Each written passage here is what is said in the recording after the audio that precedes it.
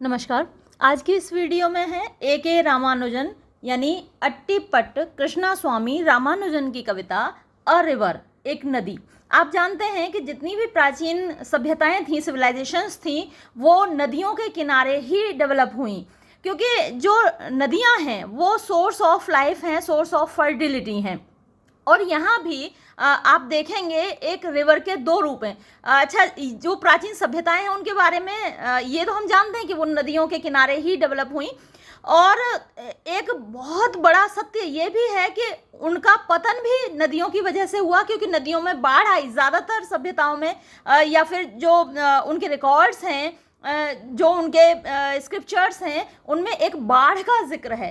तो उन जिन नदियों के किनारे वो सभ्यताएं डेवलप हुई, उन्हीं नदियों के किनारे वो नष्ट भी हो गई, उन्हीं नदियों की वजह से वो नष्ट हो गई। जिन नदियों की वजह से वो डेवलप हुई, है ना, उनको सोर्स ऑफ वाटर मिला, सोर्स ऑफ लाइफ मिला, सोर्स ऑफ फर्टिलिटी मिले, वही नदियां उनके डिक्लाइन का, उनके डिस्ट्रक्शन का, उनकी डेथ का भी कारण बनी, वजह बनी। तो यहाँ भी दो अलग अलग रूप आप देखेंगे नदी का।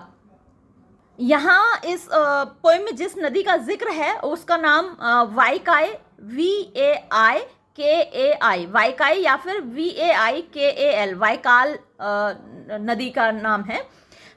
मदुरई का जिक्र है, मदुरई शहर का, यानी तमिलनाडु का, दक्षिण भारत का। और ज़्यादा डिटेल्स हम अभी पोइम पढ़ेंगे तो उसमें बात करते जाएंगे। चलिए पोइम शुरू कर देते हैं। अ रिवर, एक नदी। इन मदुरई, मदुरई शहर में, city of temples and poets, और मदुरई जो शहर है वो किसका है? टेम्पल्स और पोइट्स का शहर है, मंदिरों और कवियों का शहर है। और कवि भी कौन से? हु सिंग, जो गाया करते थे, ऑफ सिटीज, शहरों के बारे में, एंड टेम्पल्स, और मंदिरों के बारे में। तो वहां का जिक्र है मदुरई शहर का। एवरी समर, हर गर्मी के मौसम में, अ रिवर ड्राइज, एक नदी सूख जाती है, टू अ ट्रिकल, और सूख कर एक धारा बन जाती है, पतली धारा बन जाती है। वैसे ट्रिकल माने बूंद बूंद करके जो पानी टपकता है उसको ट्रिकल बोलते हैं, लेकिन यहाँ जो नदी है वो सूख कर बहुत पतली सी धारा बन जाती है, इन द सैंड माने बालू में। तो जब नदी भरी होती है पानी से तो वो बहुत खूबसूरत दिखती है। लेकिन यहाँ जब आप देख रहे हैं, एक नदी का जिक्र है जो सूख कर गर्मियों में, क्योंकि ये जो नदियां हैं, दक्षिण भारत की नदियां हैं, उनका सोर्स उस तरीके का नहीं है जैसे उत्तर भारत की नदियों का है। उत्तर भारत की नदियां पहाड़ों से निकलती हैं, जैसे हमारी गंगा है, यमुना है। तो ये नदियां हमेशा बहती रहती हैं, हमेशा इनमें पानी रहता है, क्योंकि उनका जो सोर्स है वो पहाड़ों से है ना। तो वहाँ पहाड़ों पर बर्फ है, वो कभी बर्फ पूरी पिघलती नहीं, और वहाँ से पानी लगातार आता रहता है। लेकिन दक्षिण भारत की जो नदियां हैं उनका स्रोत, उनका सोर्स इस तरीके का नहीं है कि नदियों में हमेशा पानी रहे। तो वो गर्मियों में सूख जाती हैं, बरसात में भर जाती हैं, बारिश में जब पानी होता है तो वो फिर से भर जाती हैं, और गर्मियों में वो सूख जाती हैं। तो यहाँ सूखी हुई नदी का जिक्र है कि हर गर्मी में एक नदी सूख कर एक पतली धारा बन जाती है, इन द सैंड, बालू में। अच्छा, जब वो सूखती है तब उसमें क्या क्या दिखाई देता है वो आप आगे देखेंगे। बेयरिंग, बेयर माने उघाड़ना, रिवील करना, दिखाना, डिस्प्ले करना। तो अब क्या चीज दिखती है जब नदी सूख जाती है? बेयरिंग द सैंड रिब्स, बालू की रिब्स माने पसलियां होती हैं। तो जो नदी बहती है उसकी वेव्स की वजह से बालू में लकीरें बन जाती हैं, लाइंस बन जाती हैं, जो कि सैंड रिब्स उनको कहा गया है, बालू की पसलियां कहा गया है। तो वो कब दिखाई देती हैं? जब गर्मियों में नदी सूख जाती है। और क्या दिखाई देता है? स्ट्रॉ, घास दिखाई देती है। एंड विमेन्स हेयर, और औरतों के बाल दिखाई देते हैं, है ना। ये औरतों के बाल, मरी हुई औरतों के बाल हो सकते हैं, या फिर बहा दिए जाते हैं, डेड बॉडीज बहा दी जाती हैं, वो बाल हो सकते हैं, या फिर काढ़ने के बाद कूड़ा नदियों में डाल दिया जाता है, या फिर जो मुंडन होता है वहाँ भी बाल नदियों में बहा दिए जाते हैं। तो ये सारी चीज़ें कब दिखाई देती हैं? जब नदी सूख जाती है। और ये सब चीज़ें मिलकर क्या करती हैं, क्लॉगिंग माने रोक देती हैं द वाटर गेट्स, पानी के जो गेट्स हैं जहाँ से होकर पानी निकलता है उनमें ये सारी चीज़ें फंस जाती हैं, है ना, जो घास है, औरतों के बाल हैं, वो सारी चीज़ें फंस जाती हैं और वो जो गेट्स हैं वो चौक हो जाते हैं, है ना, क्लॉगिंग माने choking. Eight the rusty bars, और जो वाटर गेट्स बने हुए हैं वो किससे बने हुए हैं, बार से, यानी लोहे की जो सरियां हैं, छड़ हैं, उनसे बने हुए हैं और उन छड़ों पर रस्ट लगी हुई है। रस्ट माने जंग होता है, तो जंग लगी हुई जो सरियां हैं वहाँ पर ये बाल और ये स्ट्रॉ, ये बालू, ये सब जाकर उन गेट्स को चोक कर देते हैं। और ये गेट्स कहाँ होते हैं, अंडर द ब्रिजेस, पुलों के नीचे। और ब्रिजेस काफ़ी पुराने हैं तो उनमें क्या है, विद पैचेस ऑफ रिपेयर, तो बीच बीच में पैचेस हैं, उनमें थेगड़ी लगे हुए हैं, यानी पुल थोड़ा टूटा और वहाँ पर उसकी मरम्मत कर दी, रिपेयर कर दी, तो वहाँ पे पैचेस हैं जगह जगह ऑफ रिपेयर, मरम्मत के, ऑल ओवर दैम, उनमें पूरे में। अब देखिए द वेज स्टोन्स, वहाँ पर जो गीले पत्थर होते हैं, ग्लिसनिंग, वो चमक रहे होते हैं, लाइक स्लीपी क्रोकोडाइल्स, यानी उनीदे, स्लीपी माने सो रहे, नींद में भरे हुए, क्रोकोडाइल्स की तरह, मगरमच्छों की तरह। तो जो गीले पत्थर हैं, देखिए बहुत अच्छी सिमिली है यहाँ पर, पत्थरों की तुलना किससे की गई है, जो गीले पत्थर हैं वो कैसे दिखते हैं, लाइक स्लीपी क्रोकोडाइल्स, तो ये सिमिली का एग्जाम्पल है।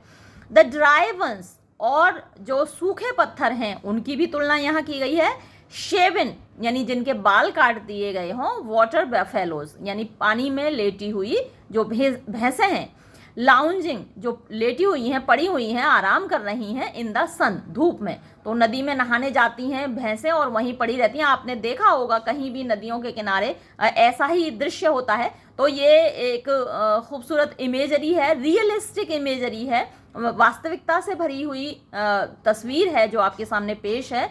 आप कहीं भी जाते हैं नदी के किनारे तो ऐसी तस्वीरें आपको दिखती हैं।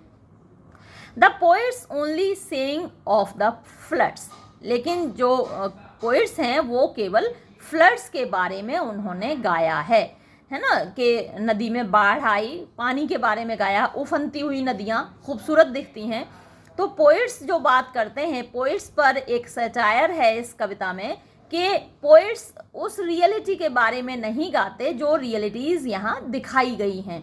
तो भरे हुए पानी की नदियाँ जो खूबसूरत दिखती हैं, या बाढ़ में उफनती हुई नदियाँ जो खूबसूरत दिखती हैं, पोइट्स केवल उन्हीं नदियों के बारे में बात करते हैं, उन्हीं के बारे में गाते हैं। लेकिन ये जो कड़वी सच्चाइयाँ हैं, ये जो हॉरिबल रियलिटीज़ हैं, इनके बारे में पोइट्स नहीं गाते हैं, उसको इग्नोर करते हैं, उसको नेगलेक्ट करते हैं। तो ये हुआ आपका पहला स्टेंजा। नेक्स्ट स्टेंजा की ओर चलते हैं। देखिए फ्री वर्स है, कहीं भी इसमें कोई राइम स्कीम नहीं है। आगे देखिए, he was there for a day when they had the floods. तो ही यहाँ एक पोइट के लिए आया है कि जो कवि था वो वहाँ एक दिन के लिए आया था, when they had the floods, जब बाढ़ आई थी। तो बाढ़ के समय में पोइट आया, उसने बाढ़ का दृश्य देखा और उसी का डिस्क्रिप्शन अपनी पोइट्री में किया। तो he was there for a day when they had the floods, जब बाढ़ आई थी तो एक दिन के लिए पोइट वहाँ आया था। पीपल एवरीवेयर, लोग हर जगह, टॉक्ड, बात कर रहे थे, ऑफ द इंचेस राइजिंग, यानी इंच करके, थोड़ा थोड़ा करके, राइजिंग माने पानी जो चढ़ रहा था। तो लोग बता रहे थे कि कैसे पानी धीरे धीरे करके चढ़ता जा रहा था। बारिश के मौसम में जैसे जैसे बारिश होती है तो नदियों में पानी उफनने लगता है, तो इंच करके, थोड़ा थोड़ा करके नदियाँ स्लोली उठ रही थीं, राइजिंग, पानी उफन रहा था, ऊपर उठ रहा था। Of the precise number of cobbled steps, और लोग बता रहे थे, प्रिसाइज माने एग्जैक्ट, नंबर संख्या, ऑफ कॉबल्ड, वैसे जो कॉबल आता है, कॉबलर के लिए आता है जो जूते बनाते हैं, मोची का काम करते हैं। तो अब यहाँ पर कॉबल्ड स्टेप्स माने सीढ़ियाँ। तो नदियों के किनारे, घाटों पर सीढ़ियाँ होती हैं जिनकी, कॉबल का मतलब यहाँ वही रिपेयर्ड स्टेप्स। उनकी बार बार वो सीढ़ियाँ टूटती रहती हैं, तो उनकी रिपेयरिंग की जाती है। तो लोग बता रहे थे कि कैसे कैसे पानी चढ़ रहा था इंच बाय इंच, और कैसे कैसे एक एक करके जो सीढ़ियाँ थीं वो डूबती जा रही थीं पानी में। तो उनका प्रिसाइज नंबर बता रहे थे, एग्जैक्ट नंबर बता रहे थे, सटीक संख्या बता रहे थे। रन ओवर, जो कि डूबती जा रही थीं, बाय द वाटर, पानी में। तो बाढ़ का पानी, नदी का पानी चढ़ता जा रहा था और जो घाट किनारे की सीढ़ियाँ थीं वो उसमें डूबती जा रही थीं। राइजिंग यानी पानी चढ़ता जा रहा था ऑन द बेदिंग प्लेसेस, जो स्नान करने की जगहें थीं। तो क्योंकि घरों में नल नहीं थे, जिस तरीके से आज आपके पास सुविधाएं हैं, तो लोग नहाने के लिए कहाँ जाते थे? नदियों पर ही जाते थे। देखिए, उसी नदी में नहाना है, उसी में कपड़े धोने में, उसी में भैंसें भी नहाएंगी, उसी में सारे काम होंगे, और उसी में से पानी पीने के लिए भी जाता था। तो नदियों से ही सारा काम होता था। आज तो आप उबकाई लेने लगेंगे अगर आपसे कहा जाए कि उसी नदी में भैंसें नहा रही हैं, और उसी नदी में लोग नहा रहे हैं, उसी नदी में कपड़े धुल रहे हैं, और उसी नदी में से पीने का पानी भी जा रहा है। लेकिन पहले ऐसा ही चलता था काम। अब तो आप आरओ का पानी पीते हैं, सिंपल पानी भी नहीं पीते, जो धरती के नीचे से पानी आता है उसको भी एज इट इज़ नहीं पीते। लेकिन ये ऑन द बाथिंग प्लेसेस, यानी जो स्नान की जगह हैं, घाट हैं, उन पर पानी चढ़ता जा रहा है। And the way it carried of the 3 village houses, और लोग किस बारे में जिक्र कर रहे हैं, सुना रहे हैं, यानी वो कभी ये सारी बातें सुन रहा है ना। तो एक तस्वीर फिर आपके सामने है, एक इमेजरी आपके सामने है। ये पूरी पोएम इमेजरीज से भरी हुई है, इमेजेस से भरी हुई है। आपके सामने वर्ड पिक्चर्स खींची गई हैं कि कैसे एक कवि आया जब फ्लड थी, और लोग उसको बता रहे हैं कि क्या क्या हुआ है और कैसे कैसे बता रहे हैं। फिर उन्होंने क्या बताया, देखिए, एंड द वे, और वो तरीका, किस तरीके से इट कैरिड ऑफ, यानी जो नदी का बढ़ता हुआ पानी था अपने साथ बहा ले गया। कैरिड ऑफ माने बहा ले गया 3 विलेज हाउसेस, 3 गांव के घरों को। तो काफ़ी वीडियोस आते रहते हैं। अभी हिमाचल की बाढ़ के वीडियो आए थे, सिक्किम में अभी बाढ़ आई है, उसके वीडियोस खूब आते हैं हमारे पास। तो आप देखते हैं कैसे घर ढह जाते हैं जो नदियों के किनारे होते हैं। तो यहाँ भी लोग बता रहे हैं कि कैसे 3 घर जो गांव के थे वो पानी में बह गए। और उस पानी में क्या बह गया, देखिए, बड़ी ही दुखद तस्वीर है। 1 प्रेग्नेंट वुमन, एक जो गर्भवती स्त्री थी, वो भी उस बाढ़ के पानी में बह गई। And the couple of cows, और 2 गायें भी बह गईं, named Gopi and Vrinda as usual, जिनके नाम गोपी और वृंदा थे, जैसे कि हुआ करते हैं। एज यूजुअल माने जैसे कि प्रायः हुआ करते हैं। हमारी जो गायें होती हैं घर में, जितने भी जानवर पालतू होते हैं उनके सबके नाम रखे जाते हैं। तो गोपी और वृंदा उन गायों के नाम थे। अब देखिए, जो प्रेग्नेंट वुमन है, आयरनी देखिए यहाँ पर, है ना, ये अच्छा एग्जाम्पल है आयरनी का। जो प्रेग्नेंट वुमन है उसका नाम तो कहीं नहीं है यहाँ पर, कौन थी वो, लेकिन जो काउज हैं उनके नाम दे रखे हैं। गोपी और वृंदा नाम की 2 गायें बह गईं, और एक प्रेग्नेंट वुमन बह गई जिसका के नाम यहाँ नहीं है। फिर एक तस्वीर आपके सामने ना, the new poets still coated. अब वो पुराना कवि था जिसने ये सारी बातें सुनी और अपनी पोइम्स में लिखी, लेकिन ये क्या है, नए पोइट्स ने स्टिल कोटेड उन्हीं पुराने कवियों को फॉलो किया, उन्हीं को कोट किया, उन्हीं का उदाहरण दिया। The coated the old poets, तो नीचे आ गया ना, the new poets still coated, ये ऊपर की लाइन है, यानी अगला स्टेंजा शुरू हो गया है, तो इसकी एक लाइन जरा ऊपर आ गई, अगले पेज में बाकी की लाइन्स हैं। तो the new poets still coated the old poets, तो जो नए कवि हैं उन्होंने पुराने पोइट्स को ही कोट किया।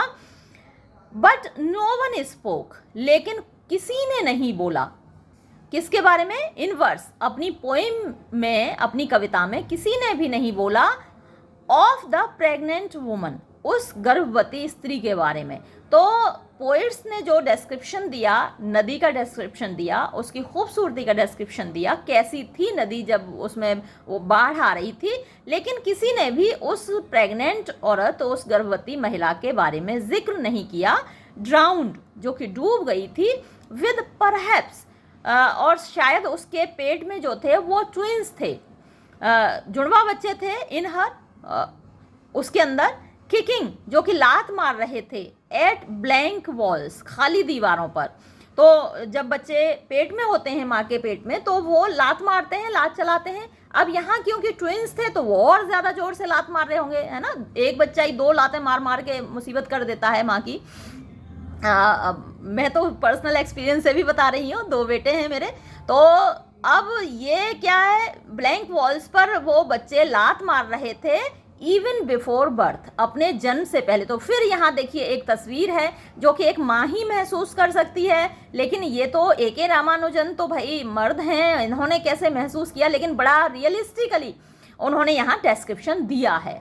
तो अगेन ये इमेजरी है और ब्यूटीफुल इमेजरी है, लेकिन ब्यूटीफुल होने के साथ साथ ये बड़ी ट्रेजिक भी है ना। वो बच्चे इस दुनिया में आ नहीं पाए, माँ के पेट में थे वो ट्विंस, माँ के पेट में लात मार रहे थे अपने जन्म से पहले, लेकिन वो भी माँ के साथ डूब गए। तो ये बड़ी दुखद इमेजरी है, लेकिन बड़ी रियलिस्टिक तस्वीर है ना। तो जब आप एक्सप्लेनेशन लिखेंगे तो ये बताएंगे क्रिटिकल कमेंट्स में कि ये बड़ी रियलिस्टिक इमेजरी है, रियलिस्टिक तस्वीर है और बड़ी ट्रेजिक तस्वीर है। माँ के साथ वो डूब गए, लेकिन देखिए उससे भी ज़्यादा आयरनिकल, उससे भी ज़्यादा ट्रेजिक बात यह है कि पोइट्स ने इस महिला का जिक्र अपनी पोइम में नहीं किया, और ये ए.के. रामानुजन का सटायर है उन पोइट्स पर जो कि नदियों के बारे में लिखते हैं, उनकी फ्लड्स के बारे में लिखते हैं, लेकिन कहीं भी उस औरत का जिक्र उन्होंने नहीं किया। ही सेड, उसने कहा, यानी पोइट जो आया था वहाँ पर गांव में, लोगों ने उसको इतना सारा सब कुछ बताया, लेकिन उसने उन सब के बारे में कुछ नहीं लिखा, उन घटनाओं के बारे में कुछ नहीं लिखा। उसने क्या लिखा वो बताया गया है। ही सेड, उसने कहा, the river has water enough, यानी नदी में पानी केवल इतना ही काफ़ी होता है, टू बी पोइटिक, कि वो पोइटिक हो जाती है, यानी उस पर कविता लिखी जा सकती है। About only once a year, केवल साल में एक बार, यानी साल में एक बार जब बारिश का मौसम होता है तभी इन नदियों में पानी आता है, और ज़्यादा पानी आ जाता है तो बाढ़ हो जाती है। तो जो सफिशेंट वाटर होता है जिस पर कि कविता लिखी जा सकती है, ऐसा केवल साल में एक बार ही होता है। ये उस कवि ने लिखा इस रिवर के बारे में, लेकिन ऊपर जो घटनाएं बताई गई हैं वो कवि ने नहीं लिखी। तो इस बात का अफसोस है ए.के. रामानुजन को।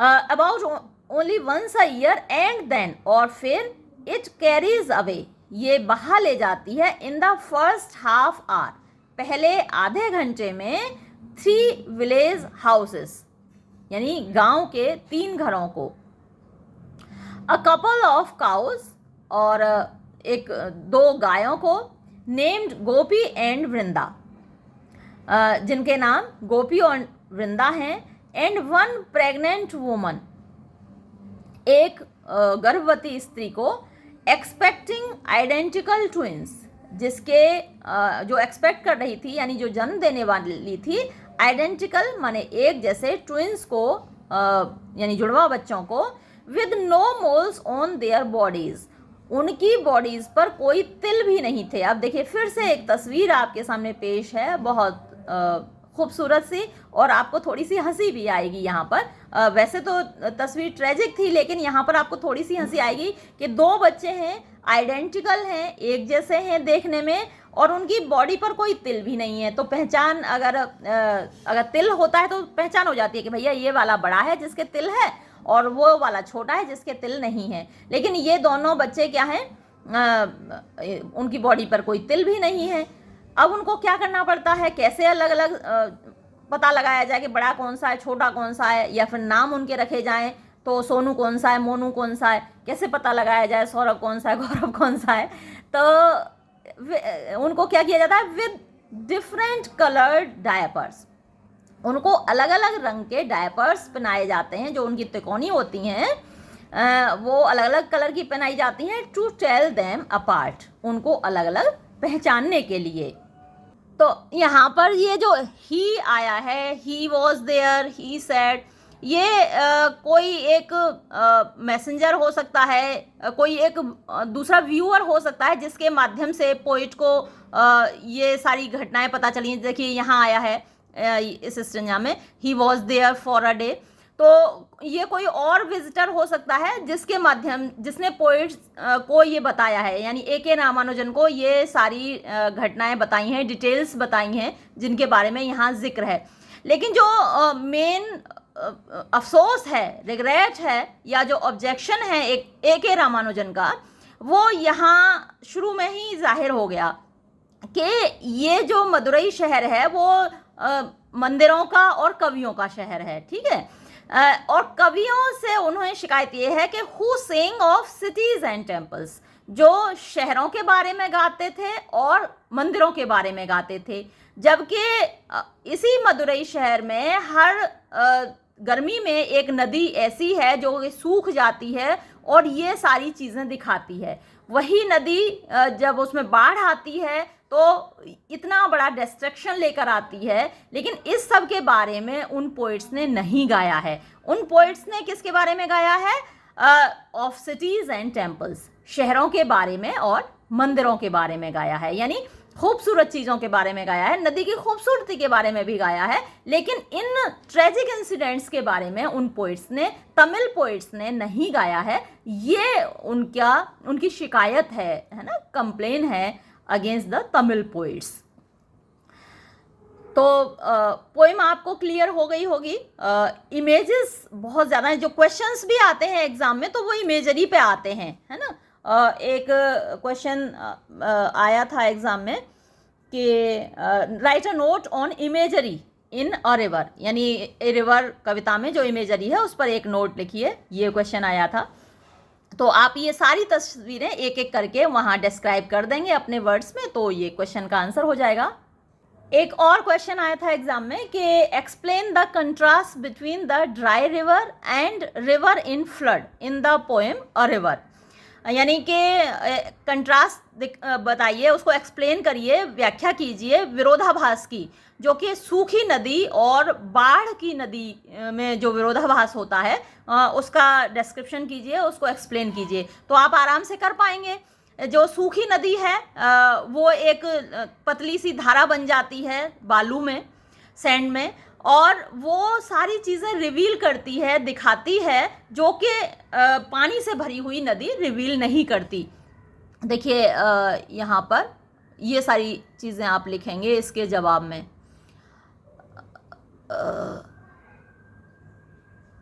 ये देखिए, a river dries to a trickle in the sand baring, तो जो सूखी नदी है वो रिवील करती है सैंड रिब्स को, तो आप लिखेंगे the dry river reveals sand ribs, straw and women's hair. और ये clogging in the water gates at the rusty bars, ये पूरा आप लिख देंगे। और क्या रिवील करती है, ब्रिजेस में जो पैच वर्क है ना, जो रिपेयरिंग का काम है किया गया है, वो सारा कुछ दिखाई देता है। और जो गीले पत्थर हैं वो कैसे दिखाई देते हैं, क्रोकोडाइल्स जैसे दिखाई देते हैं। जो ड्राई पत्थर हैं वो water buffalo, shaven water buffalo जैसे दिखाई देते हैं। तो ये जो पूरा स्टेंजा है, इसको जब आप अपने वर्ड्स में लिख देंगे तो वो ड्राई रिवर का डिस्क्रिप्शन हो जाएगा। और फिर उसके बाद आप जो रिवर इन फ्लड्स है उसका डिस्क्रिप्शन देंगे, तो फिर ये डिस्क्रिप्शन देंगे, है ना, inches rising of the precise number of cobbled steps, यानी किस तरीके से जो स्टेप्स हैं वो 1 बाय 1 उसमें डूबते चले जाते हैं, है ना। जो बेदिंग प्लेसेस हैं वो डूबते चले जाते हैं। और 3 विलेज हाउसेस हैं, तो आप अपनी तरफ से नंबर और बढ़ा सकते हैं कि आप ये कह सकते हैं कि a large number of village houses are drowned in the flood. ये प्रेग्नेंट औरत का एक एग्जाम्पल इन्होंने दिया है, लेकिन जब रिवर में बाढ़ आती है तो कोई भी डूब सकता है, तो ह्यूमन बींग्स डूब जाते हैं, जानवर भी डूब जाते हैं। जो नदी का पानी है वो किसी पर रहम नहीं खाता, बेजुबान जानवर हैं जो अपना बचाव भी नहीं कर सकते, उनको भी बहा ले जाती है नदी। तो बड़ी बेरहम हो जाती है जब बाढ़ होती है नदी में, तो वो इतनी बेरहम हो जाती है कि सब कुछ अपने साथ बहा ले जाती है ना। विनाश का सिनोनिम बन जाती है, डिस्ट्रक्शन का सिनोनिम बन जाती है एक फ्लडेड रिवर। तो इस तरीके से आप इन सवालों का जवाब दे सकते हैं। कोई भी सवाल आएगा तो आप उसका जवाब दे सकते हैं। और मेरे हिसाब से अब मुझे ये वीडियो समाप्त करना चाहिए। धन्यवाद।